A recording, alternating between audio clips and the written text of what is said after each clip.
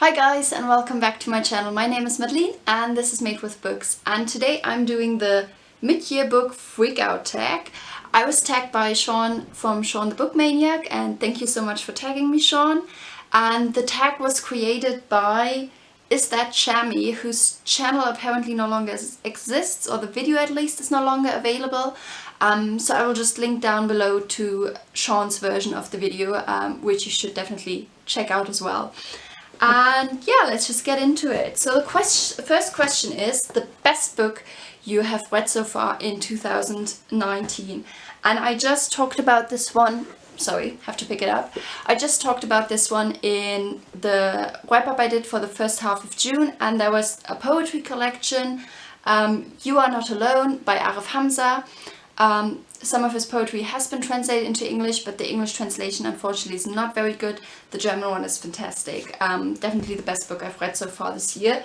If you want an English recommendation, which, you know, this is an English channel, I should have one, it would be When I Hit You by Mina Kanasami. This is the story of a woman who ends up in an abusive marriage, and also how she gets out of it, which is not a spoiler because it's at the very beginning of the book. But it's so intelligently and beautifully written, so I can definitely recommend this one too. Question number 2, the best sequel you've read so far in 2019. Now, I don't read a lot of series.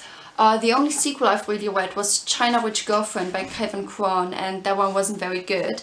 So I think this one sort of counts as well. I'm just gonna count it, but I'm currently reading it. And that is The Odyssey by Homer. And I am buddy reading this with Mark from Words Everywhere. I'm really enjoying this so far, and I have a lot of fun with it, so that is the one I pick. Question number 3 is new release you haven't read yet but want to. Now, I mainly follow the new releases through Booktube because a lot of Booktubers are reading them and it's fun and I enjoy it, but I usually take forever to pick them up myself. So I don't really have any that I feel like I want to immediately get to. I do have some German new releases that I want to get to. One is Der Zopf meiner Großmutter by Alina Bronski, which would roughly translate through my grandmother's braided hair. And that one obviously is not available in English yet, but what is available in English by Alina Bronski is The Hottest Dishes of the Tartar Cuisine, and you should definitely read that one. If you like unlikable but very well written characters, and if you like a mean snarky sense of humor, you will really enjoy The Hottest Dishes of the Tartar Cuisine. I can definitely recommend it.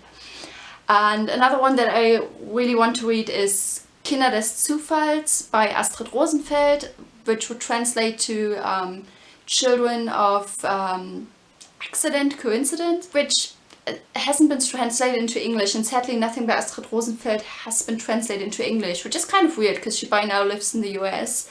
She has been translated into Polish, French and Spanish, so if you read any of those languages, you should check out her first novel, which so far I think is her best. Question number 4, most anticipated release for the second half of the year. Again, I don't really have anything for that. If anything, it's another German title. It's a novel by Karen Köhler. I've read her short story collection, which was her debut, and that was really good, but has only been translated into Turkish and Dutch, so if you read one of those languages, you might want to check it out. And I'm gonna stop talking about, not quite about obscure books, but let's just move on to the next question. Question number 5, biggest disappointment. So one more obscure German book, but that one that has been translated into English, and that's Henry von Ofterding by Novalis. This is a romantic classic that I read for my 30 Books Until I'm 30 project, and I didn't expect to love this by any means, but I thought I would moderately at least enjoy it, and I thought it would be well written. It was not. It was just, this was a mess. I mean, the first part was sort of enjoyable, but then he falls in love immediately with a woman, and then they are engaged, I think, by the same evening, and it's basically inspired by real life events where Novalis more or less fell in love with a teenage girl, and it's, I don't know, inspired by pedophilia in a way. It was just creepy. So did not enjoy that one. And another big disappointment was Paper Girls by Brian K. Vaughan, which I picked up from the library, luckily. But I was excited because they had all the volumes, granted in translation, but still.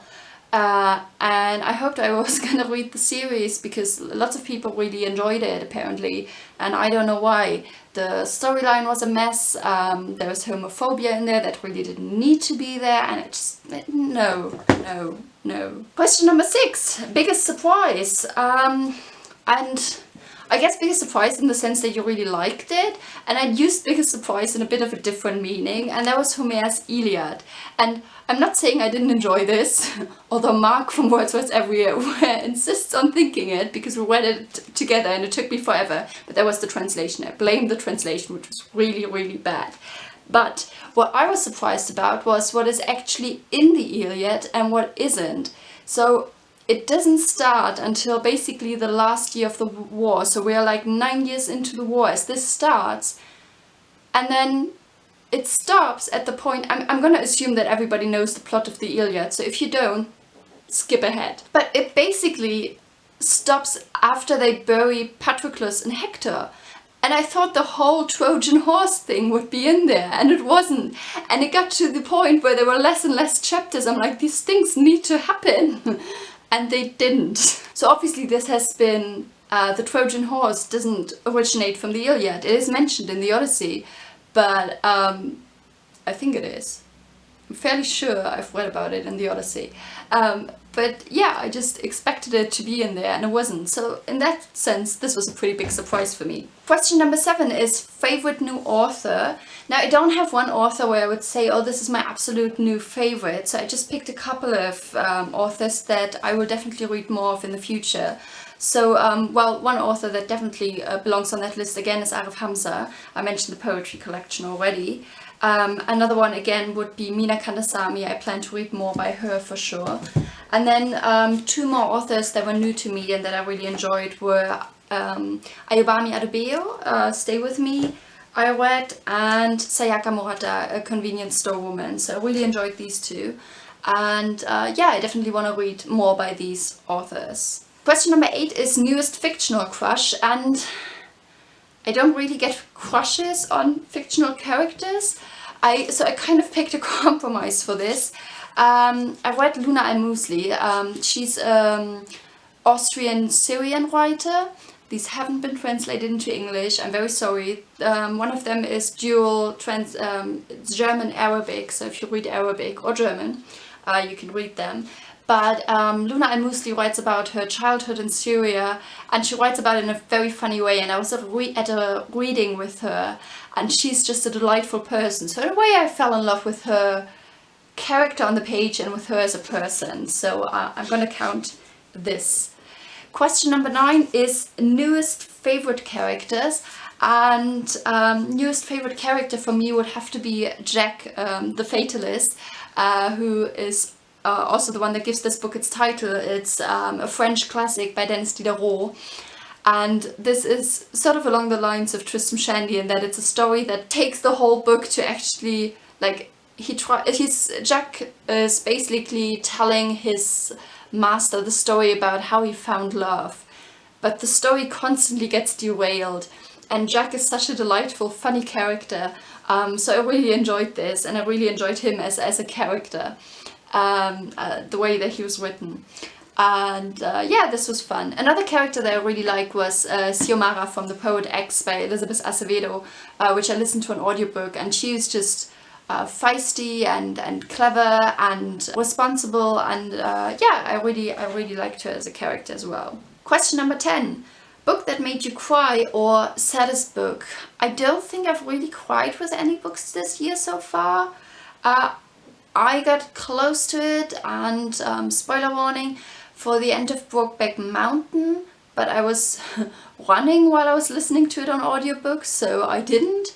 And then also I'm not sure I'm really happy with the way that the story ends. I don't think it's necessarily good, but I talk about that in my first half of my June wrap up again, so you can listen to me ramble on about that there. Other sad books that I read again would be When I Hit You by Mina Kandasamy, again You Are Not Alone by Arif Hamza, Lightness by Catherine Maurice, a graphic novel that I also talk about in the first half of June wrap up, The Iliad because it's a war and lots of people die, and Stay With Me by Ayobami Adebayo. That one definitely also is quite sad. I don't think I cried with any of them. Question number 11. A book that made you happy. And a book that made me happy, and that actually made Daniel and me happy together because I read it to him, was Weird Things Customers Say in Bookshops by Jen Campbell. I will link down below to her channel. She's obviously one of the very well-known booktubers, and this is just delightful, even though at times you are astonished at the rudeness and the sense of entitlement of people going into bookshops. It's just, you want to strangle them in a way, but it's also very funny. Question number 12. Favorite book to film adaptations. I haven't watched that many. I did rewatch Brokeback Mountain and very much like that one. I also watched Crime and Punishment by Aki Kaurismäki, I think Finnish director, and that was interesting. I don't know if it would be a favorite, but it definitely is good. More of an artistic film. And I also watched Noah, which is obviously an adaptation of a part of the Bible, and I thought that was pretty good. Question number 13. Favorite review that you wrote about a book, or for booktubers, favorite video you made. And favorite in the sense of that I had the most fun filming it would definitely be the Q&A that I've done with Daniel.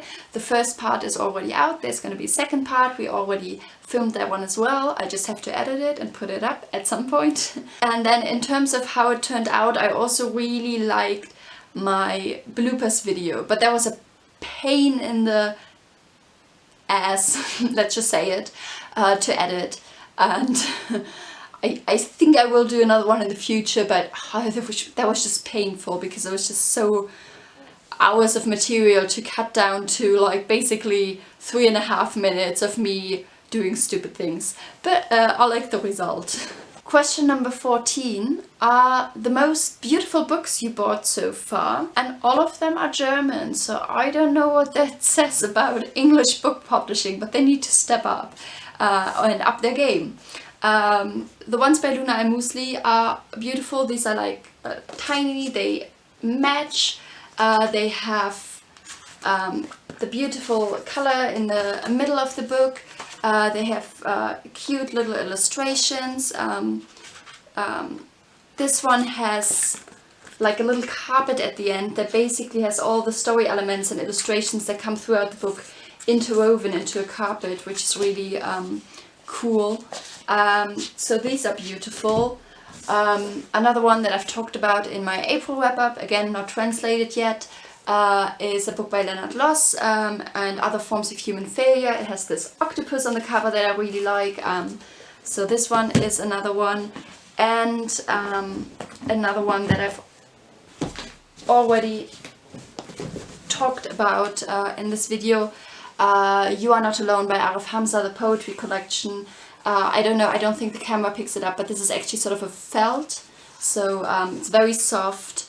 It has the indented lettering, the French flaps in the beginning, and I don't know the English word for this, somebody tell me. Yeah, but this is very beautiful as well. Question number 15. Books you need to still read this year. And again, like most other booktubers say, I don't actually need to read anything. Nobody's holding a gun to my head telling me to read these books. But I do have some buddy reads scheduled. Like I said, I'm reading The Odyssey with Mark from Words Everywhere, and I will link down below to all the channels I'm mentioning now, because all of these people are lovely. I plan to read The Magic Mountain in July with Claudia from Spinster's Library, Summer from Summer Dawn, and from Beyond the Pages, and Sharon from Sharon Go Forth, who's a fairly new channel, so go check her out. She already has done some really cool videos. She's has some very interesting things to say. I plan to also read in July Frankenstein, subscriber. In September and October I plan to read The Canterbury Tales with Alan Morton. I'm very excited for that one. And potentially also in September Human Acts by Han Kang with Marian Ryan. And then I also have plans to read Never Let Me Go with Pauline from Dancing Lawn, and I think with Tia from Tia and All the Books. But I'm not quite sure when we're gonna read it, if September or December, I have to ask again. And yeah, I also have plans to participate in Jane Austen July and read P.G. Wodehouse for July. Mark from Wordsworth Everywhere is hosting a read-along for that. So I plan to participate in those two, but I have sort of a TBR video coming out for that. So those were all the questions. I know we're pretty much at the halfway point of the year. But I still want to tag some people who I don't think have done the tag yet. I'm gonna tag Mark from Wordsworth Everywhere because he needs to make more videos again. Obviously, if you don't want to, you don't have to. I'm gonna tag Kelly from Books I'm Not Reading because she's so mild-mannered and I want to see her freak out, which I don't think she will. I think she's just gonna calmly deliver it as usual and do a wonderful job with it if she decides to do the tag. I'm also gonna tag Jason from All Blues Chapter and Verse, and then I'm gonna tag some smaller channels that are fairly new to me. I'm gonna tag Erica from Erica Reads Books. I am going to tag Hooked on Books. I'm gonna tag My Dusty Books. Lots of books. I'm also gonna tag Eva Strange and Sarah Hannett and Paper Mache, who so far has only done one video, but he climbed up in a tree for it. While he was in Hay on Wye, which is a bookish town in Wales, so that gets a lot of plus points for me. And Morgan Crowd, and yeah, those are a couple of channels who all have, I mean the first three obviously I mentioned Mark, Kelly and Jason have a lot more subscribers, but the other channels I just mentioned, they all have under 100 subscribers, so I would encourage you to check them out, see which ones you like, and I will link them all down below as well. And yeah, that's all I have. That was my freaking out at the end. That was the extent of it. And that's all I have for today. Ending this on a sort of weird note, but thanks so much for watching, guys, and I will see you next time. Bye!